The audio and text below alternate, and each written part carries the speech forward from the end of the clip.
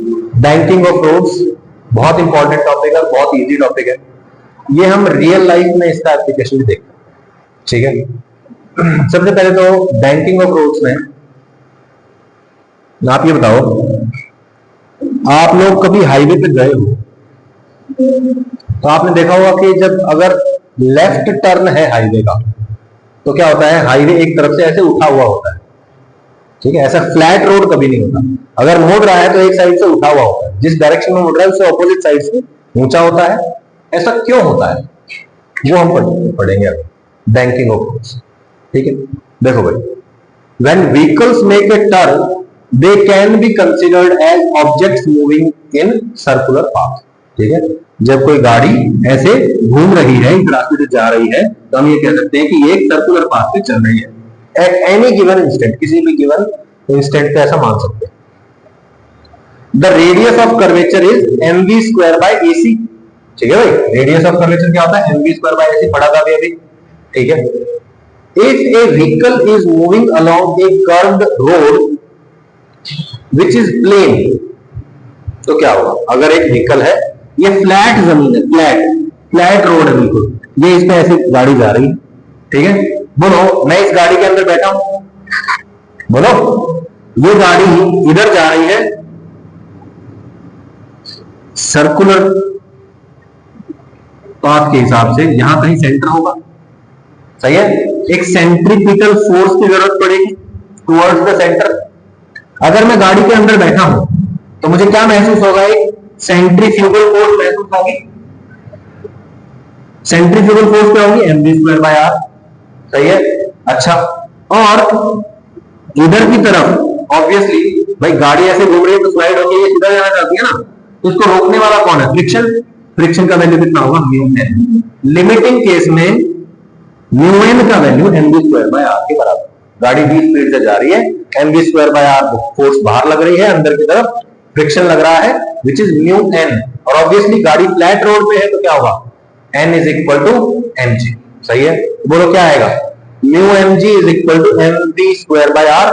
Speed maximum है और friction भी मैक्सिमम है। ठीक है, एक m से m कट जाएगा, बोलो r को उठा के इधर लेके जाओ, v square is equal to क्या आ जाएगा, mu r g, mu g r ऐसा। ठीक है, v मैक्स का स्क्वायर था, इसका रूट था, क्या आ जाएगा, मैक्सिमम वेलोसिटी कितनी जा सकती है, म्यू जी आर का। इतनी वेलोसिटी से ये गाड़ी इस रोड पे घूम के जा सकती है। अगर इससे ज्यादा तेज चलने की कोशिश करेगी तो क्या होगा, फ्रिक्शन कम पड़ जाएगा और गाड़ी फ्लाइट होकर बाहर चलेगी, ऐसा तो कहीं और चली जाएगी। सेफली इतनी स्पीड से जा सकती है। सही है भाई, in this case the maximum speed of the turning,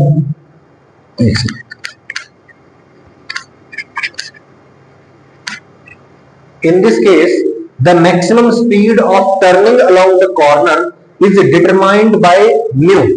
बोलो भाई, मैक्सिमम स्पीड किस पे डिपेंड कर रही है, म्यू पे डिपेंड कर रही है। सही है, in some of the cases where mu is very less, कुछ ऐसे केसेस में जिसमें कोएफिशिएंट ऑफ फ्रिक्शन कम हो जाता है। मान लो बारिश का मौसम है तो रोड जो है वो स्लिपरी हो जाएगा, तो ओवरऑल जो म्यू का वैल्यू क्या हो जाएगा, कम हो जाएगा।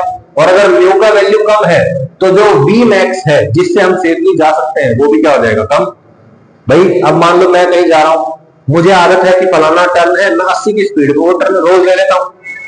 अब आज बारिश का मौसम है, उस दिन भी अगर मैं 80 की स्पीड पे टर्न लूंगा तो गाड़ी फिसल जाएगी, है ना, क्यों, क्योंकि म्यू का वैल्यू क्या है, उस दिन कम हो गया। सही है, तो if in some cases where mu is very less, vehicle tend to slip outwards। Vehicle की जो टेंडेंसी होती है क्या होती है, बाहर की तरफ स्लिप होके जाने की होती है। ठीक है, एज ए रेमेडी, एक सॉल्यूशन के तौर पर, as a remedy to this the banking of road is done. Road जो होते हैं उनकी बैंकिंग कर दी जाती है। बैंकिंग मतलब एक तरफ से उनको उठा दिया जाता है, टेढ़ा कर दिया जाता है। ठीक है, to prevent any unnecessary slipping, किसी भी अननेसेसरी स्लिपिंग को रोकने के लिए क्या करते हैं भाई, रोड को एक साइड से उठा देते हैं। ठीक है, the banking of road is done in such a way that the side of the road opposite to the radius of curvature is higher. सही है, जिस तरफ भी रेडियस ऑफ कर्वेचर, बोलो रेडियस इधर बनेगी, इससे दूसरी साइड वाला जो किनारा है रोड का वो ऊपर उठा दिया जाएगा। ठीक है भाई, is higher than the other side. ठीक है। As this is done the n is increased, और जब ऐसा करते हैं तो नॉर्मल रिएक्शन जो होता है वो इंक्रीज हो जाता है। कैसे होगा वो भी देखते हैं। And the maximum value of f also increase, और जो फ्रिक्शन की मैक्सिमम वैल्यू होती है वो भी क्या होती है, बढ़ जाती है। Hence A greater speed can be achieved around the turn, और ज्यादा स्पीड से हम जो है गाड़ी को वहां से सेफली ले जा सकते हैं। ठीक, अब ये देखो ये गाड़ी ऊपर नहीं जा रही है, ये ध्यान रखना, ठीक है। ये गाड़ी कैसे जा रही है, ये ऐसे जा रही है, ठीक है, ऐसे ऐसे जा रही है। और ये जो रोड है ये एक सर्कुलर रोड है, ऐसे, सही है भाई, ऐसे सर्कुलर रोड है। यहां पे गाड़ी है, ऐसे जा रही है, उसका कटआउट है, ये गाड़ी उधर जा रही है और सर्कुलर पाथ किधर है, इधर, सही है। बोलो रेडियस इधर है तो mv स्क्वायर बाय आर कहां लगेगा, इससे बाहर की तरफ, सही है। ये v स्पीड से जा रही है, mv स्क्वायर बाय आर इधर लगेगा, सही है। ओके, mg इधर लगेगा, कोई दिक्कत, ठीक है। अच्छा, mg cos थीटा इधर लगेगा, इधर क्या लगेगा, mg sin थीटा लगेगा, सही है। Okay, mv square by r इधर लग रहा है। मैं कहता हूं ये एंगल थीटा है, कुछ थीटा एंगल से उठा रखा है रोड को, ये एंगल थीटा, तो ये भी कितना है, थीटा। बोलो ये mv स्क्वायर बाय आर, तो ये कितना, ठीक है। ओके, ये mv square by are cos theta, ये कितना होगा, mv square by are sin theta, सही है। ओके, इधर कौन लगेगा, बोलो क्या ये गाड़ी इस डायरेक्शन में मूवमेंट कर रही है, तो बोलो normal reaction is equal to mv square by are sin theta plus mg cos theta, कोई दिक्कत। ओके, बोलो हम मैक्सिमम स्पीड से इस टर्न को कंप्लीट कर रहे हैं, तो बोलो ये v क्या है, v मैक्सिमम है। ये मैक्सिमम है मतलब ये भी मैक्सिमम है, मतलब ये जो व्हीकल है ये स्लाइड होकर ऊपर जाना चाहता है, इसकी टेंडेंसी टू स्लाइड ऊपर है, तो बोलो फ्रिक्शन कहां लगेगा, नीचे लग जाएगा। लिमिटिंग केस में, मतलब जब स्पीड मैक्सिमम होगी और फ्रिक्शन भी मैक्सिमम है, तब क्या होगा, ऊपर वाला फोर्स इक्वल टू नीचे वाले फोर्स के बराबर हो जाएगा, क्योंकि जब आप इधर जा रहे हैं तो ना व्हीकल इधर जाना चाहिए ना इधर जाना चाहिए, यस और नो, सही है। तो बोलो mv square by are cos theta is equal to mg sin theta plus f। f का वैल्यू क्या होगा, म्यू n, n का वैल्यू क्या होगा, mv square by are sin theta plus mg cos theta, सही है। तो बोलो n का वैल्यू क्या हो गया, n is equal to mg cos theta plus mg square by are sin theta, सही है। तो बोलो ये n पता चल गया, म्यू n कर देंगे, म्यू इनटू समथिंग कर देंगे, बोलो ये क्या बन जाएगा, फ्रिक्शन का वैल्यू बन जाएगा। फ्रिक्शन अवेलेबल कम हुआ या ज्यादा हुआ, ज्यादा हुआ। Friction can act both up the incline and down the incline depending on the speed of the vehicle. अब देखो जब स्पीड मैक्सिमम है, मैक्सिमम स्पीड में जा रहा है, बोलो ये मैक्सिमम है, ऊपर जाने की टेंडेंसी ज्यादा है, ऊपर जाने की टेंडेंसी है तो फ्रिक्शन कहां लगेगा, नीचे। अब मान लो कि म्यू का वैल्यू बहुत कम है, ठीक है, और स्पीड भी क्या है, बहुत ही कम, तो बोलो स्पीड कम है तो mv स्क्वायर बाय आर कम है, ये भी बहुत ही कम है, mg sin थीटा इधर लगेगा। अगर ऐसा हुआ कि mg sin थीटा का value mv square by are cos theta से बड़ा हुआ, mg sin थीटा अगर इससे बड़ा हुआ तो बोलो ये नीचे जाना चाहेगा, उस केस में फ्रिक्शन कहां लगेगा, सही है, कोई दिक्कत। तो direction of friction can be up the incline and down the incline depending on the speed. Speed maximum है तो फ्रिक्शन नीचे लगेगा, स्पीड मिनिमम है तो फ्रिक्शन ऊपर भी लग सकता है, सही है।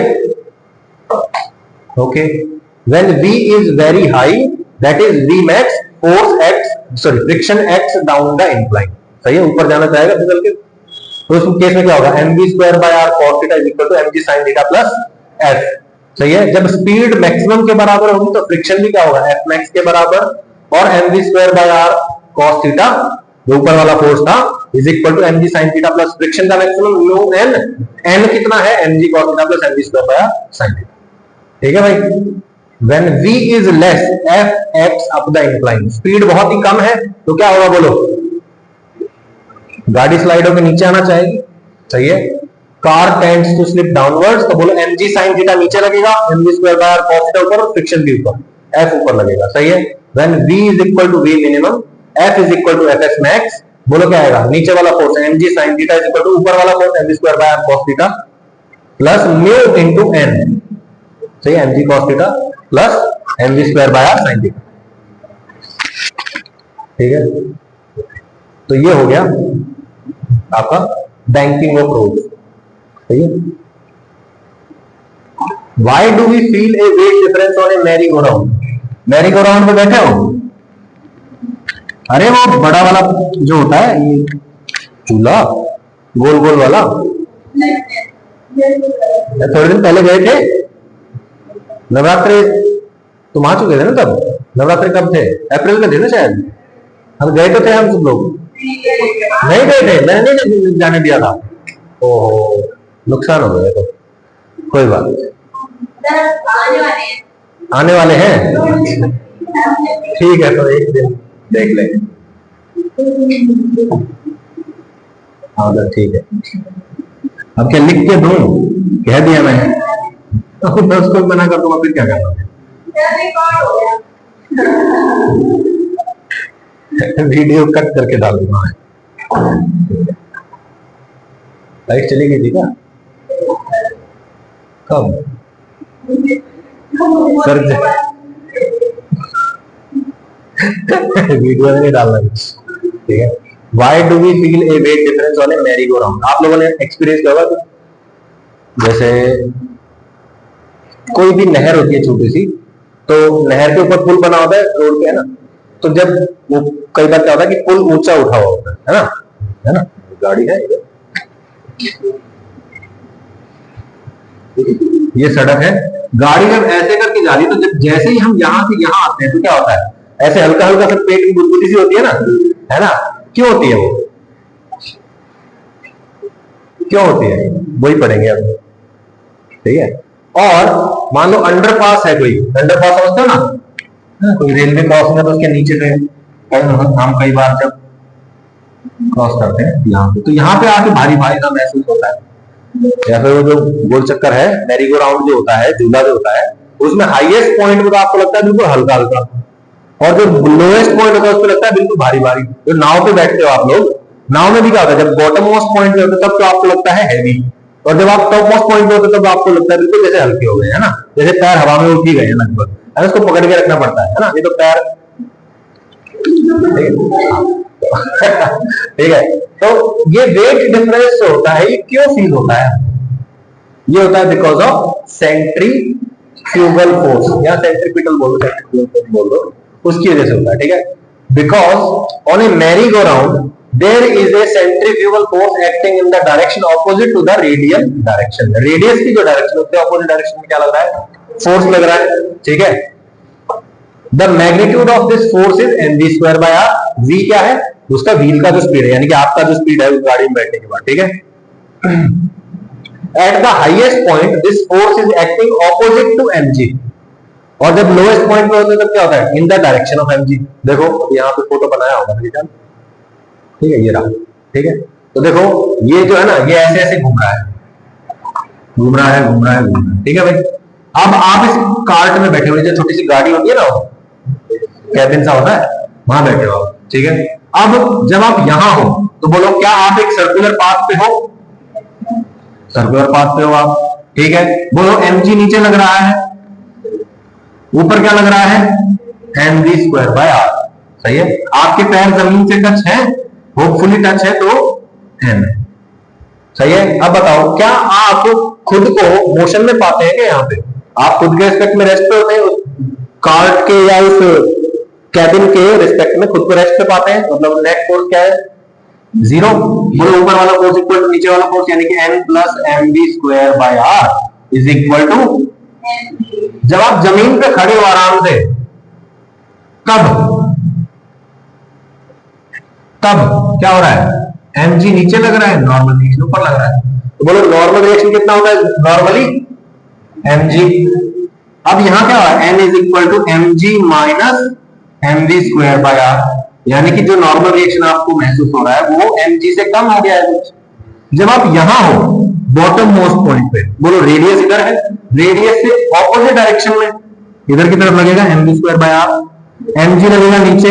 आप गाड़ी में बैठे हो तो नॉर्मल रिएक्शन लगेगा ऊपर, पैर जमीन पे टच है। तो बोलो, क्या आप अभी भी खुद के रिस्पेक्ट में या कैबिन के रिस्पेक्ट में रेस्ट पे हैं? तो बोलो क्या लगेगा? n is equal to mg plus mg square by r। तो इस पॉइंट पे क्या होगा? n is equal to mg plus बोलो नॉर्मल रिएक्शन mg से ज्यादा होगा ना, यानी कि आपको क्या महसूस हो, भारी महसूस। सही है, ओके। अब जो दूसरा पार्ट है वही बात अंग्रेजी में लिखे हुए पिछले पार्ट में। इस वाले पार्ट में क्या है कि जब आप इस व्हील पे बैठे होते हो, ठीक है, मैरी गो राउंड पे बैठे हो, पेरिस व्हील पे बैठे हो, तब जो आपकी गाड़ी है ना वो टेढ़ी भी हो जाती है। आप नोटिस करना कि यहाँ पे ये मान लो आपकी जो कार्ट है, ठीक है, कैबिन जो आपका वो ऐसा है, यहां जब पहुंचता है तो कैबिन आपका ऐसे टेढ़ा हो जाता है, यहां आता है तब सीधा हो जाता है, और जब यहां आता है तो फिर से ऐसे टेढ़ा हो जाता है, ऐसे ऐसे ऐसे चलता रहता है। ऐसा क्यों होता है? ये जो कार्ट है it tends to fly outwards, ये बाहर की तरफ उड़ के जाने की कोशिश करता है, ठीक है। On a merry go round the cart tends to fly outward at all the points other than the highest and the lowest points. Explain. तो देखो भाई, जब भी क्या होता है आपकी गाड़ी साइड में होती है तो बोलो mv स्क्वायर बाय आर कहां लगेगा? सेंटर से आगे लगेगा। mg नीचे लगेगा, नेट फोर्स ऐसे लगेगी, तो बोलो ये जो कार्ट है ये टेढ़ी में जाएगी। जब इधर हो गया तो बोलो mv स्क्वायर बाय आर इधर लगेगा, mg इधर लगेगा, नेट फोर्स इधर लगेगा, तो ये कार्ट ऐसे टेढ़ी में जाएगी। तो ऐसा लग रहा है जैसे ये बाहर होकर जाना चाहती है या टिल्ट हो गई। सही है। हाईएस्ट पॉइंट पे और लोएस्ट पॉइंट पे लगेगा क्या? ऐसा नहीं, क्योंकि जो नॉर्मल रिएक्शन है और mg है और ये सारी चीजें हैं, ये क्या है? नेट फोर्स वर्टिकल डायरेक्शन में, तो इसलिए ये बाहर की तरफ उड़ के नहीं जाती, टिल्टेड नहीं होगी। सही है, कोई दिक्कत? नेट फोर्स कितनी होती है बोलो? mg नीचे, mv square by r side में, तो बोलो नेट फोर्स क्या जाएगी? इसका स्क्वायर प्लस इसका स्क्वायर का होल अंडर रूट। सही है, परपेंडिकुलर फोर्सेज आएंगे और परपेंडिकुलर वेक्टर से ऐसे ऐड। ओके,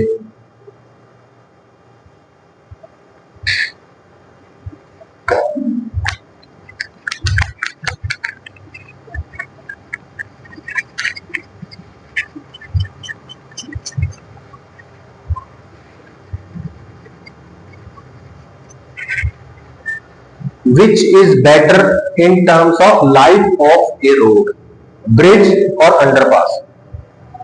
ब्रिज जो होता है और जो अंडरपास, फर्क तो बताइए आपको। ब्रिज जो होता है वो ऊपर से जा रहा है और अंडरपास जो है वो नीचे से जा रहा है ना। तो आप जैसे गुड़गांव वगैरह गए होंगे या रोहतक वगैरह गए होंगे तो वहां पे क्या है, कई सारे अंडरपास है ना, फ्लाईओवर भी और नीचे से भी जाते हैं ना, तो मल्टीपल रोड्स का इंटरसेक्शन। ठीक है, तो बताओ कौन सा बेटर है? भाई सड़क लंबी चलनी चाहिए, तो बेटर क्या रहेगा? ब्रिज बेटर रहेगा। क्यों रहेगा? देखते हैं। जब आप कहां होते हैं? ब्रिज पे होते हैं। ये देखो, ये आपका ब्रिज हो गया। भाई आप इधर जा रहे हैं ऐसे, ठीक है, ऐसे जा रही है गाड़ी आपकी, बोलो mg कहां लगेगा? अब जब ये गाड़ी उधर जा रही है तो बोलो सर्कल कहां बन रहा है? नीचे की तरफ बन रहा है, तो सेंट्रीफ्यूगल फोर्स कहां लगेगा? Away from the centre, mv square by r ऊपर, टायर जमीन पे टच कर रहे हैं तो इस पे नॉर्मल रिएक्शन लगेगा ऊपर। सही है, ओके। इस गाड़ी में बैठे हुए पर्सन के हिसाब से बात करते हैं या इस रोड के हिसाब से बात करते हैं, एक ही बात है। Normal reaction plus mv square by are is equal to mg, contact force n is equal, sorry, n plus mv square by are is equal to, सही है, n is equal to mg minus. अगर ये flat road होता तो गाड़ी और road के बीच में कितना नॉर्मल रिएक्शन होता है? mg होता सर। अभी क्या हो रहा है? नॉर्मल रिएक्शन mg से कम हो गया है। सही है, अच्छा। अंडरपास में देखो क्या हो रहा है, बोलो सर्कल ऐसे बन रहा है, जिस सर्कल का ये पार्ट है, बोलो सेंट्रीफ्यूगल फोर्स कहां लगेगा? mv स्क्वायर बाय आर नीचे, mg नीचे, नॉर्मल रिएक्शन ऊपर, तो बोलो normal reaction is equal to mg plus mv square by r, यानी कि नॉर्मल रिएक्शन mg से ज्यादा लग रहा है, तो रोड टूटने के चांस ज्यादा नहीं हो जाएंगे, है ना। नॉर्मल रिएक्शन मतलब क्या है? टायर्स और रोड के बीच में लगने वाला फोर्स, यहां पे टायर्स और रोड के बीच में लगने वाला फोर्स कम हो गया, यहां पे गाड़ी बहुत ज्यादा फोर्स से नीचे दबा रही है रोड को, तो बोलो यहां पे टूटने के चांस ज्यादा होंगे, यहां पे टूटने के चांस कम। सही है, तो which is better? Bridges are better. सही है, ये अंग्रेजी में लिखा हुआ है, इसको याद कर लेना। सही है, बोलो भाई। A person with mass m experiences a difference in weight at equator and at the poles. ठीक है, अदर नहीं आएगा, एट द पोल्स आएगा। ठीक है, पोल पे और इक्वेटर पे वजन में डिफरेंस महसूस होता है। हल्का महसूस करना है तो इक्वेटर पे चले जाओ, भारी महसूस करना है तो पोल्स पे चले जाओ। ऐसा क्यों होता है? क्योंकि अर्थ भी क्या कर रही है भाई, रोटेट कर रही है। जब आप इक्वेटर पे हो, ठीक है, तो अर्थ घूम रही है, आप साथ साथ घूम रहे हो अर्थ के, ऐसा तो नहीं आप स्टेशनरी तो नहीं हो, बोलो अर्थ घूम रही है। तो बेसिकली आप क्या कर रहे हो, एक सर्कुलर पाथ में चल रहे हो। बोलो सर्कुलर पाथ पे चल रहे हो, रेडियस इधर है, तो रेडियस से बाहर की तरफ एक फोर्स लगेगा, एम ओमेगा स्क्वायर आर या m v square by r. सही है? बोलो नॉर्मल रिएक्शन इधर लगेगा, एम जी सेंटर की तरफ लगेगा, towards the centre of the earth. बोलो N plus M omega square R is equal to M G, N is equal to M G minus M omega square R. Normally क्या होना चाहिए, N is equal to M G होना चाहिए, है ना। लेकिन due to rotation of earth centrifugal force हमें away from the centre of the earth महसूस होती है। तो नेट क्या हो गया, एम ओमेगा स्क्वायर आर या M G square by R कम हो गया, तो वजन जो है हमें कम महसूस हो रहा है। पोल्स पे हम रोटेट कर ही नहीं रहे हैं। बोलो एम जी नीचे एन ऊपर, n is equal to M g. बोलो हल्का कहां महसूस होगा, इक्वेटर पे हल्का महसूस होगा, पोल्स पे भारी। अच्छा, एक रीजन और भी होता है, वो क्या होता है कि पोल्स जो है वो नजदीक है सेंटर ऑफ अर्थ के, लगभग 21 किलोमीटर रेडियस का फर्क होता है। जो इक्वेटर पे रेडियस है अर्थ का और जो पोल्स पे रेडियस है उसमें 21 किलोमीटर का डिफरेंस, इसलिए भी फर्क महसूस होता है। दोनों चीजों का फर्क, एक तो रोटेशन ऑफ अर्थ और दूसरा रेडियस ऑफ अर्थ का वेरिएशन। ठीक है, अगर आप कहीं और हैं तो क्या होगा, वो यहां पे सबसे कम, यहां उससे ज्यादा, यहां सबसे ज्यादा वजन होगा। सही है, तो वजन चेक करने कहां जाना है आपको, इक्वेटर। और अगर आपको गोल्ड वजन करना हो तो पहले ये डिसाइड करो खरीदना है कि बेचना है ना। अब ये बताओ, अगर आप इक्वेटर पे हो तो 10 ग्राम सोना आपको 9 ग्राम का लग सकता है। भाई इतना ज्यादा डिफरेंस नहीं होगा, लेकिन थोड़ा सा डिफरेंस तो होगा। अगर आपको खरीदना है तो एक्चुअली जो 10 ग्राम सोना है वो आप इक्वेटर पे 9 के रेट में ले आओगे और पोल पे 11 के रेट में बेच दोगे, है ना। और उल्टा कर दिया तो नुकसान हो जाएगा। सही है, इसका फर्क कपड़े के व्यापार पे भी पड़ता है। ऐसा ही फर्क, इसका फर्क नहीं, कपड़े का व्यापार जो होता है उसमें क्या होता है कि जो मेटल्स होते हैं, जनरली जो कपड़े को नापने के लिए हम यूज करते हैं, वो मेटल के स्केल्स होते हैं, देखा होगा आपने कपड़े की दुकान पे। अब गर्मी के टाइम वो एक्सपेंड हो जाते हैं, सर्दियों में वो कॉन्ट्रैक्ट हो जाते हैं। कपड़ा कॉन्ट्रैक्ट या एक्सपेंड होता नहीं है तो कम ज्यादा हो जाता है। वो आप सोचना कि सर्दी में कपड़ा खरीदना बेहतर है या गर्मी में, गर्मी, क्योंकि जो एक्चुअली कपड़ा 1 मीटर लंबा है वो स्केल पे दिखेगा 0.9 मीटर, तो आप कितने के पैसे दोगे, 0.9 मीटर के पैसे दोगे, फायदा हो जाएगा। इसीलिए आजकल जो व्यापारी है वो थोड़े समझदार हो गए हैं और वो लकड़ी का स्केल यूज करते हैं जो ना ज्यादा एक्सपेंड होता ना ज्यादा कॉन्ट्रैक्ट होता। ठीक है, मतलब 1 मीटर का स्केल अगर 1 सेंटीमीटर भी अगर एक्सपेंड या कॉन्ट्रैक्ट कर जाए तो वो 1% का फर्क पड़ गया। अब पूरे साल भर में तो वो अच्छा खासा पैसा नुकसान या फायदा करवा सकता है। कपड़े का व्यापारी हो अगर आप तो बेचना बेटर है। तब कब बेचना बेटर है भाई, तब सर्दी में बेचना बेटर है ना। कैलिब्रेशन जरूरी है कि किस टेम्परेचर पे ये सही दिखाता है, किस टेम्परेचर पे ये गलत दिखाता है। ठीक है, person experiences different apparent weight because of force of rotation due to earth. सही है, सेंट्रीफ्यूगल फोर्स। ठीक है, the clothes in the dryer of a washing machine are found near the walls of the machine because of centrifugal force. कपड़े की machine जो होती है, जो कपड़े सुखाने वाली होती है, आपने देखा होगा कई बार जैसे उसको बंद करते हैं, जो कपड़े सूख जाते हैं तो क्या होता है, तो सारे कपड़े हमेशा बाउंड्री के पास चिपके मिलते हैं। That is also due to centrifugal force. ठीक है, एक्सप्लेन वेल ऑफ डेथ, मौत का कुआं एक्सप्लेन करो। तो सर मौत का कुआं क्या पढ़ाने लग गए सर आप, ये फिजिक्स के बहाने कुछ और सिखा रहे हो आप। ऐसे ही बहुत तगड़ी फिजिक्स है। ठीक है, वेल ऑफ डेथ जो होता है, मौत का कुआं जो होता है, वो असल में क्या होता है कि जिनको फिजिक्स की बेसिक नॉलेज नहीं होती वो सोचते हैं कि अरे देखो गाड़ी को टेढ़ा चला दिया, मोटरसाइकिल को टेढ़ा चला दिया, टेढ़ा करके, और देखो ये बंदा गिर नहीं रहा। ऐसे कैसे हो रहा है भाई कि ये गिर नहीं रहा, गाड़ी स्लाइड हो, गाड़ी अगर इस दीवार पे चलने लग जाए तो तुमको कैसा महसूस होगा? बोलो, लगेगा ना कि ये चमत्कार हो गए तो, है ना? लेकिन मौत के कुएं में जो फिजिक्स यूज हो रही है वो बेसिकली क्या है? बहुत ही सिंपल। जैसे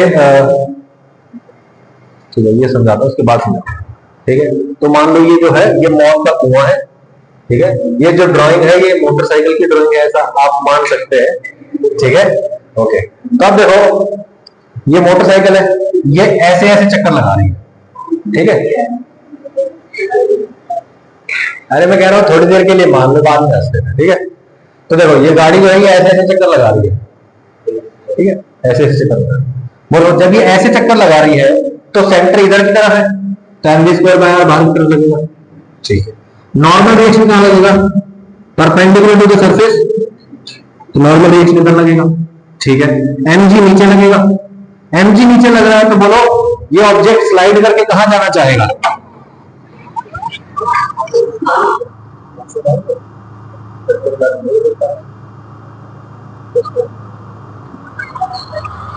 मैंने उनका फर्स्ट बोला, मैं इसीलिए कि भाई उनका कल पेपर प्रैक्टिस हो जाएगी।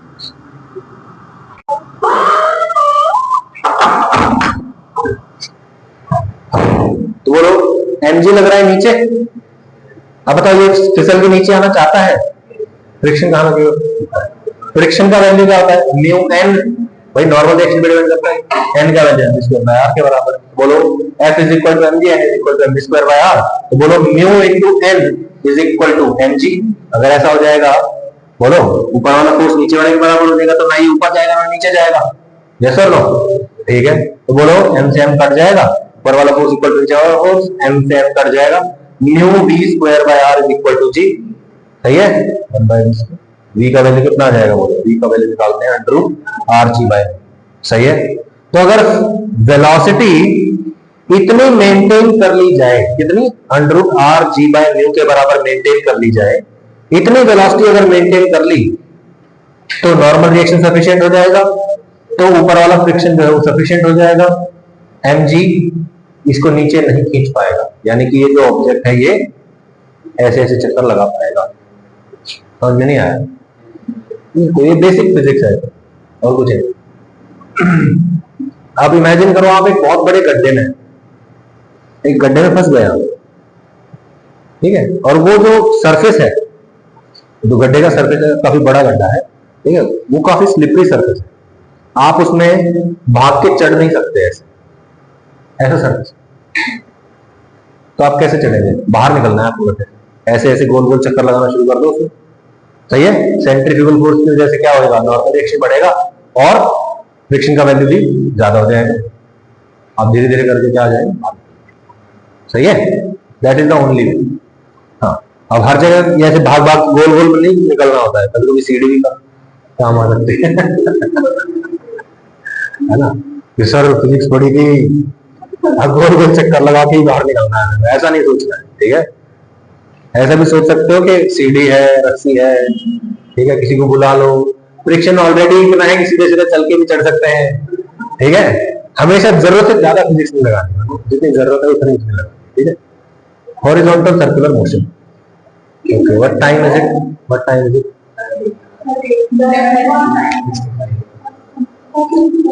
ठीक है, देखो इसका बस थोड़ा सा आइडिया देता हूँ 2 मिनट का।